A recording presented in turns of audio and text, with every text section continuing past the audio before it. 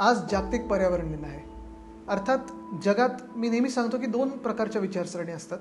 एक आहे ज्याला वाटतं वातावरणीय बदल होत आहे, क्लायमेट चेंज खरं आहे, आणि दुसरी अशी विचारसरणी आहे जी ह्याच्यात विश्वासच ठेवत नाही. त्यांना वाटतं की क्लायमेट चेंज होतच नाही. असो, दोन्ही आपापल्या बाजूने जे करत असतात, विचार करत असतात, ते एका विचारधारेसाठी करत असतात. पण आपल्या देशामध्ये काही सरकारं, खास करून भाजपची सरकारं अशी आहेत की ना इकडचे ना तिकडचे, ते विचार करतात कॉन्ट्रॅक्टर आणि बिल्डर मित्रांचे. आज तुम्ही पाहाल सगळेच ह्यांचे मंत्री, ह्यांचे पक्षातले लोक असतील किंवा सरकारमधली लोक असतील, जागतिक पर्यावरण दिनाचे मोठे बॅनर्सवर दिसतील, होर्डिंगवर दिसतील, काही स्टेजवर दिसतील, कोण बीच साफ करत असेल, सगळं हे चालू राहणार. पण मुळात प्रश्न हाच येतो की आपल्या पर्यावरणासाठी, आपल्या वसुंधरेसाठी काही हे सरकार करत आहे का?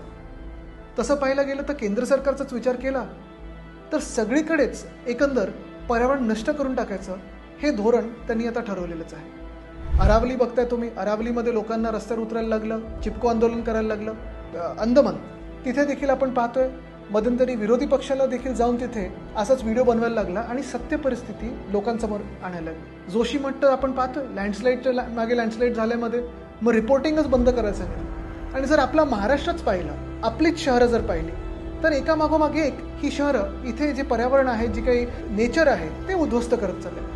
मुंबईचा विचार केला तर अनेक बिल्डरांसाठी, उद्योगपत्यांसाठी झाडांची कत्तल करायची परवानगी घ्यायला पण नाही लागत. पहिलं तर कत्तल करतात झाडांची आणि मग परवानगीसाठी जातात. कांदळवनं जवळपास 45,000 कांदळवनं ही मुंबईतली कापून टाकतात. तसंच पाहायला गेलं तर पुण्यामध्ये वेताळ टेकडीचा प्रश्न आहे, पुण्यामध्येच रिव्हरफ्रंट डिस्ट्रक्शनचा प्रश्न आहे.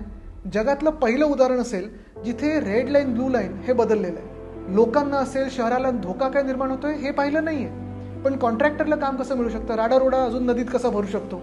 नदीचं जास्ती करून जगात आपण पाहतो रुंदीकरण होतं, खोलीकरण होतं, इथे नदी अरुंद कशी होणार ह्याच्यावर लक्ष दिलेलं आहे.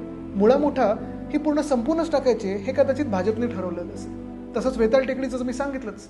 नागपूरमध्ये अजनीवन ह्याच्या मागे लागलेले आहेत, नाशिकमध्ये तपोवनच्या मागे लागलेले आहेत, म्हणजे तपश्चर्याचं वन देखील सोडलेलं नाहीये.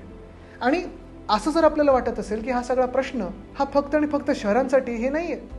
गावाकडे तर हा प्रश्न आहेच, पण आता हे जंगल पण सोडत नाहीयेत. अलीकडेच मी लोकांसमोर आणलं लोहार डोंगरी चंद्रपूरमध्ये, तिथे टायगर कॉरिडॉरमध्ये हे मायनिंगसाठी परवाने देत होते. कडाडून विरोध झाला, आंदोलनं झाली, उपोषण झालं, त्यामुळे ते आपण थांबवू शकलो. पण ते थांबत नाही तर दुसरीकडे आपण पाहतोय ताडोबा इंद्रावतीच्या मध्ये टायगर कॉरिडॉर दुसरं गडचिरोलीमध्ये हे आता हाती घेतले. बरं, ज्याची जबाबदारी आहे की ही सगळी जंगल वाचवायची, वने वाचवायची, तेच PCCF प्रिन्सिपल कॉन्झर्वेटर जे आहेत फॉरेस्टचे, त्यांनी एक पत्र दिलं की केंद्राकडे तुम्हाला लिहायला लागेल, केंद्रीय परवानगी लागतील.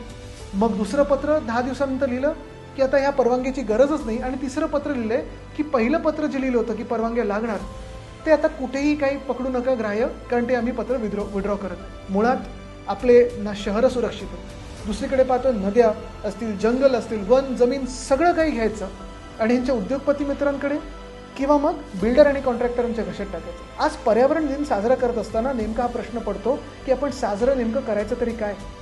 एका बाजूला आपण पाहतोय वॉटर कट्स आपल्या शहरांमध्ये लागले, उष्णता वाढत चाललेली आहे. पावसाळा कधी येईल माहिती नाही, पण ह्यांना धरण बनवण्यासाठी गारगाई डॅम म्हणजे तानसा वाईल्ड लाईफ सँच्युरीमध्ये 5 लाख झाडं कापायचे.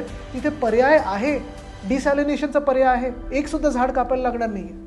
पण ह्यांना साजरे करायचे आहेत ते पर्यावरण दिन नाही, त्यांचे बिल्डर कॉन्ट्रॅक्टरचे वाढते बँक अकाउंट. आज आपण लक्षात घेतलं पाहिजे की कोणाला आपण डोक्यावर बसवलेलं आहे. आणि तरुण म्हणून असेल किंवा काही तुमचं वय असेल, कुठेही तुम्ही राहत असाल, आपल्या देशात, आपल्या राज्यात, आपल्या शहरात, आपल्या गल्लीमध्ये, आपल्या अंगणामध्ये पर्यावरण नेमकं वाचू कोण शकतं, तर आपण वाचू शकतो. ह्याच्यासाठी आपण एकत्र येणं गरजेचं आहे. आपल्या सर्वांना शुभेच्छा तर देतच आहे, पण ही देखील चिंता व्यक्त करत आहे की हे सरकार आणि हीच विचारधारा जर आपल्या देशात राहिली तर आपल्या देशाचं दुर्दैवाने वाळवंट करून ठेवतील. ह्याच्याकडून आपल्याला वाचायचंय आणि लढायचंय.